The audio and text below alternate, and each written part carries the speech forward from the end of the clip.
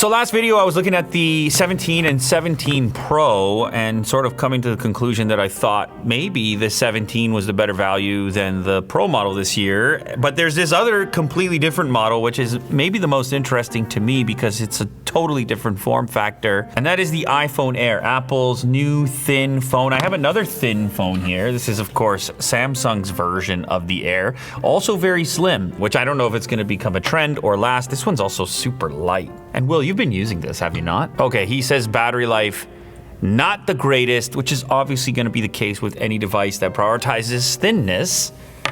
So you're charging it a lot. And I don't know if that's really what people want, but definitely if you walk into an Apple store and pick this thing up, it's probably gonna be impressive just because of how thin it is. Some level of appreciation for the engineers that are able to make these things happen and shrink them down and still make them strong, because apparently you can't really bend this thing. I mean, you can break it if you really want to, but apparently it's very strong. Let's open it up. Oh, by the way, we've also got the battery pack, and it made sense to include this because people are nervous about the battery life. So they have a dedicated iPhone Air battery working via MagSafe. So maybe this combination of things will be satisfied. Oh my goodness, yes. Extremely thin. It's kind of scary thin. I mean, it feels thinner than this one. It's super close. Just the way they've done the edge, no, it's thinner. Not including the camera section, obviously, where it jumps out a little bit. Feels futuristic, I'm not gonna lie. But is that gonna be worth the hit on battery life? Maybe for me, I don't even know. Look at this thing, wow. You know when you walk through IKEA and they've got those like props where there's supposed to be a TV or a desk and it's supposed to have a laptop on it, but the laptop is actually hollow? Well, it kind of has a prop-like feeling to it because it almost feels unrealistically thin. But it is here and it does exist, so there you have it. That's my reaction to it. There's nothing else in the box, just your cable with all the devices. It's a pretty nice braided cable, but you're getting no power brick or whatever, so you're bringing that on your own. So compared to the iPhone 17, I mean, it's a substantial difference there. Now, it's also a taller device, like a larger display. It kind of replaces the Plus model to a certain extent. Okay, well that is booting up. Let's check out the battery. A fairly slim battery, which obviously makes sense. It's like got that soft touch coating to it, and it's just gonna slap on like this. Look at that.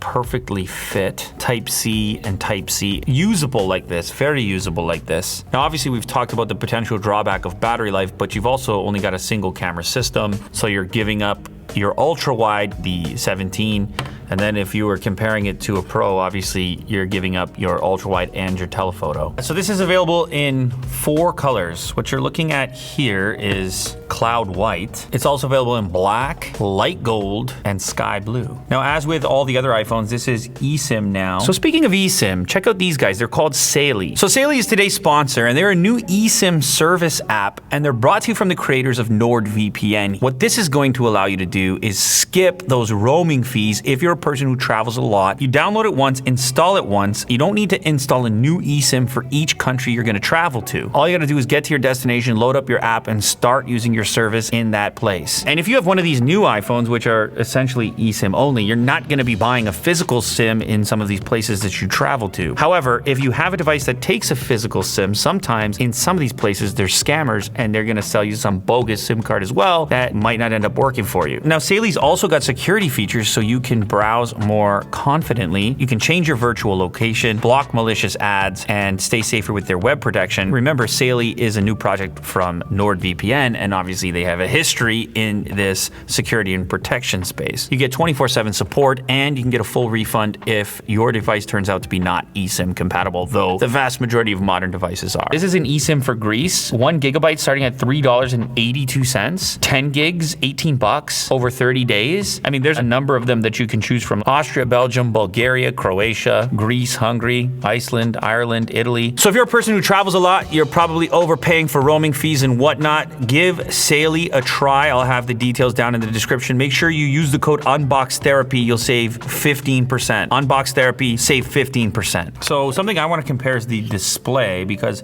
I found the displays to be great on both of these devices. So yeah, hopefully you guys can see these are both vivid high contrast, obviously fast refresh. They're nearly uniform at this point from the 17 to the 17 Pro, but how does the Air compare? Ooh.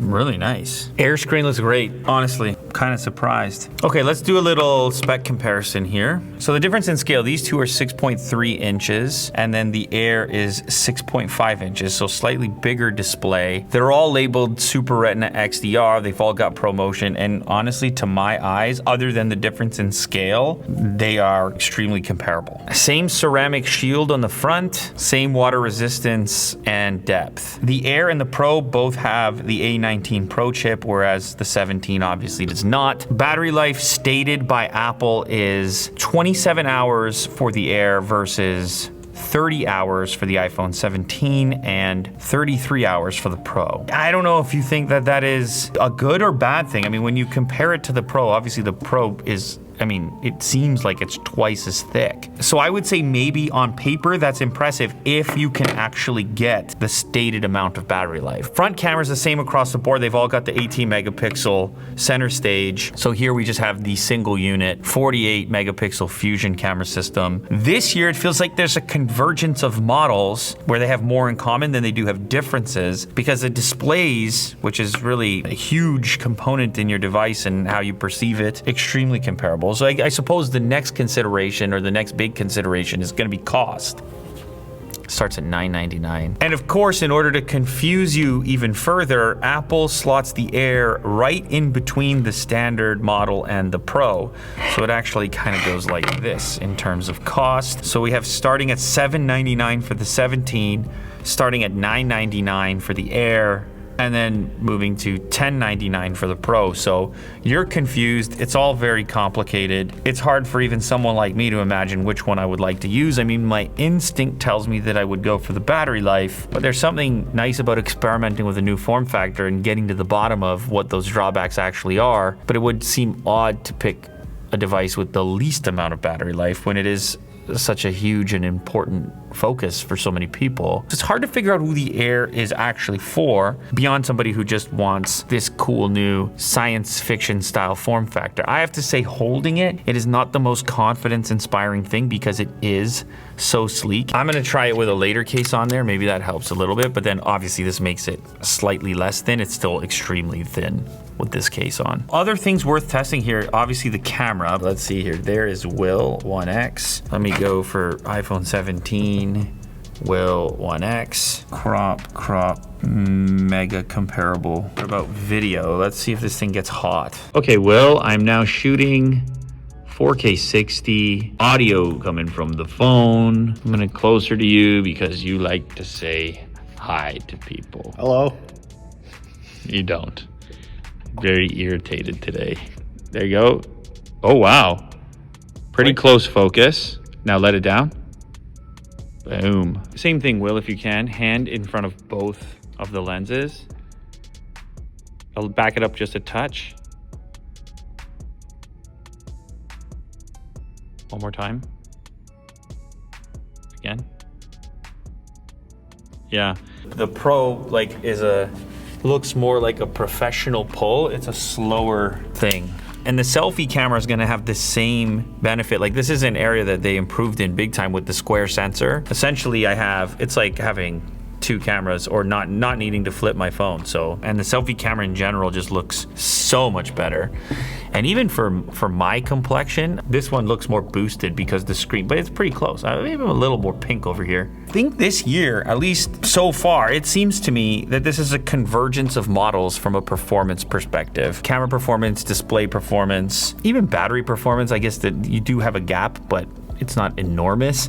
It's a convergence, and it makes choosing the right device out of the bunch a little bit complicated. Let me listen to the speakers on here. Seems to be most interested in, rightfully so, because what's the best monitor size per game? Let's talk. Got the new iPhones, and there's an orange one this year, which everyone seems to be, people were skeptical back. All right, so I found the biggest difference is the sound.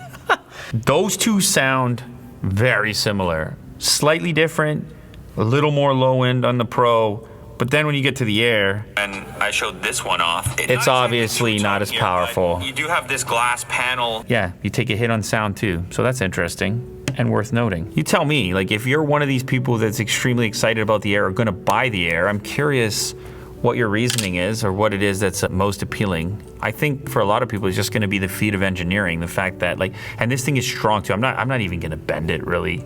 You can break it, but it feels shockingly sturdy for something that's this thin. I feel like I could break it. I mean, I feel like I could.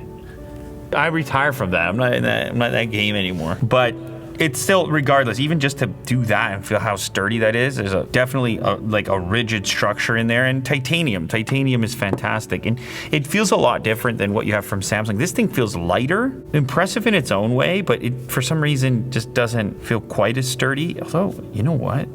Don't worry, Will, I know you're using this one right now. I don't think this is going to be a big change in the marketplace, honestly. I don't think all of a sudden everyone's gonna be racing to the thinnest phone. It's cool as an extra option for somebody, but I do think it's worth noting that in the other categories, the phones have actually gotten fatter and people have become more inclined towards battery life, even at the cost of form factor. It's because these things are now doing everything for us. These are like our main computers, and so that means battery life has like rose to the top in terms of attributes that are important and worth considering. So as a feat of engineering, I think it's extremely impressive, but I think the vast majority of users are gonna be better served by something thicker and having more battery life. Probably the recommendation still stays at the 17 standard, but it is cool. And if you're an early adopter or somebody who really appreciates design and kind of the fringe or the edge of design, you can go this direction and you can pick up this thing too. Maybe you're okay. You can see the battery life of the pack and the device. Oh, and also it will work through the case too.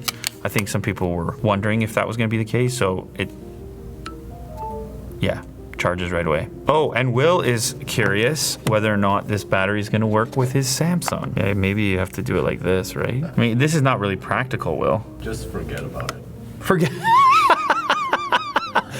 Will says just forget about it. I mean, I did get it to charge for a split second. It's really made for the Air. Because even if you look at these smaller, I mean, it just doesn't. So that's a tough one to buy too, because then you're like, I can't even help my friends out. With any other power bank, I'm helping my friends out. Do you know what I'm saying? And I got a display that shows me how much battery I have on it. And I have a built-in cable. I can even help Will out. Need a charge? Let me know in the comments, which iPhone are you buying in 2025? Is it going to be the Pro, the Air, or the Standard, or none?